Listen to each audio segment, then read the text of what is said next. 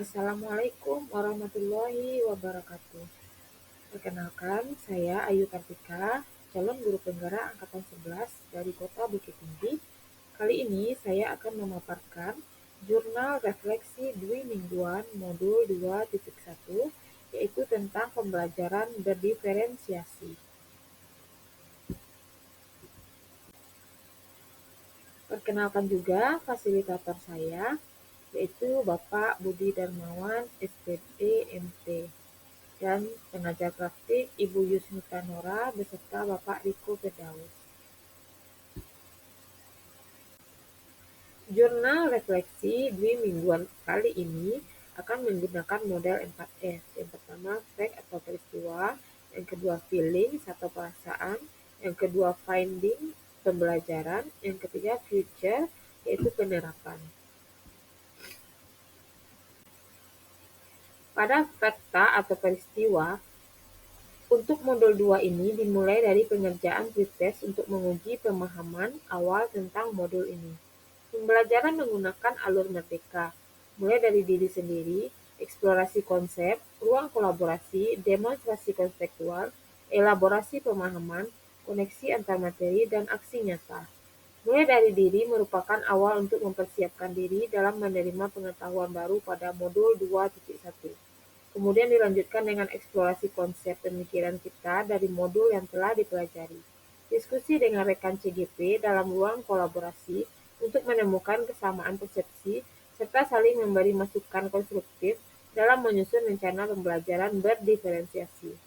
Lalu secara mandiri, menyusun LPP berdiferensiasi diunggah di LMS untuk mendapat umpan balik dari sesama CGP dan fasilitator, mendapat penguatan dari narasumber dalam elaborasi pemahaman, membuat keterkaitan dengan materi sebelumnya yang sudah dipelajari, dan diakhiri dengan aksi nyata praktik pembelajaran berdiferensiasi di kelas sesuai dengan LPP yang sudah dibuat. Selanjutnya, pada tahap eksplorasi konsep, saya membuat diagram Freire mengenal apa yang saya pahami tentang pembelajaran berdiferensiasi. Dalam ruang kolaborasi yang dipandu oleh Bapak Budi Darmawan SPD MT sebagai fasilitator, kami dibagi per kelompok untuk menganalisa kasus pembelajaran pada sekolah dasar, di mana kami menyimpulkan bahwa kasus yang diperankan oleh Bapak Darmawan sudah melaksanakan pembelajaran berdiferensiasi. Selanjutnya, masuk kepada perasaan. Setelah mempelajari modul 2.1, perasaan saya menjadi sangat senang dan semakin antusias untuk bisa menerapkan di lingkungan sekolah dan kelas. Pembelajaran berdiferensiasi membuat penasaran karena sebagai guru harus memperlakukan siswa sesuai dengan karakteristiknya. Selama ini hanya berfokus pada ketercapaian materi kurikulum, sehingga yang saya kejar adalah ketuntasan materi. Sementara efek atau dampak yang ada mengabaikan bahwa ada banyak keragaman kebutuhan belajar siswa dalam satu kelas. Hal ini sesuai dengan nilai-nilai filosofi Ki Hajar Dewantara tentang belajar adalah menuntun murid mencapai tujuan, dan tentunya guru tidak bisa memaksakan masing-masing murid untuk melewati jalan yang sama dalam mencapai tujuannya. Namun, guru dituntut untuk bisa memfasilitasi murid dengan berbagai jalan alternatif yang sesuai dengan kebutuhan murid. Pembelajaran yang saya dapat pada modul 2.1 ini adalah pembelajaran bermakna yang telah saya dapat, yaitu murid memiliki keunikan masing-masing, mulai dari pengetahuannya, cara belajarnya, gaya belajar, sikap dan keinginan, dan sebagainya. Pembelajaran berdiferensiasi didesain agar guru bisa melaksanakan pembelajaran yang mampu mengakomodir berbagai macam kebutuhan belajar murid. Guru harus memiliki kepekaan dalam merespon semua kebutuhan belajar murid.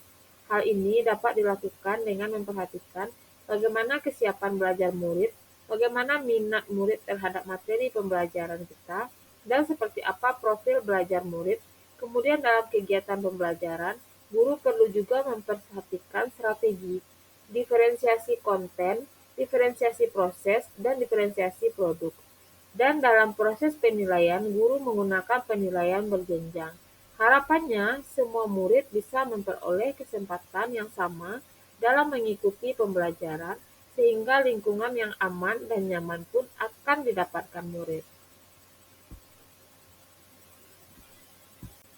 Sementara untuk future atau penerapannya, saya akan menerapkan pembelajaran berdiferensiasi di kelas. Persiapan akan saya lakukan dengan menganalisis kebutuhan belajar murid. Persiapan juga tertuang dalam RPP. Saya juga akan menyiapkan metode dan media pembelajaran yang mendukung terlaksananya pembelajaran berdiferensiasi. Hanya itu yang dapat saya sampaikan. Terima kasih atas perhatiannya. Salam guru penggerak, tergerak, bergerak, dan menggerakkan.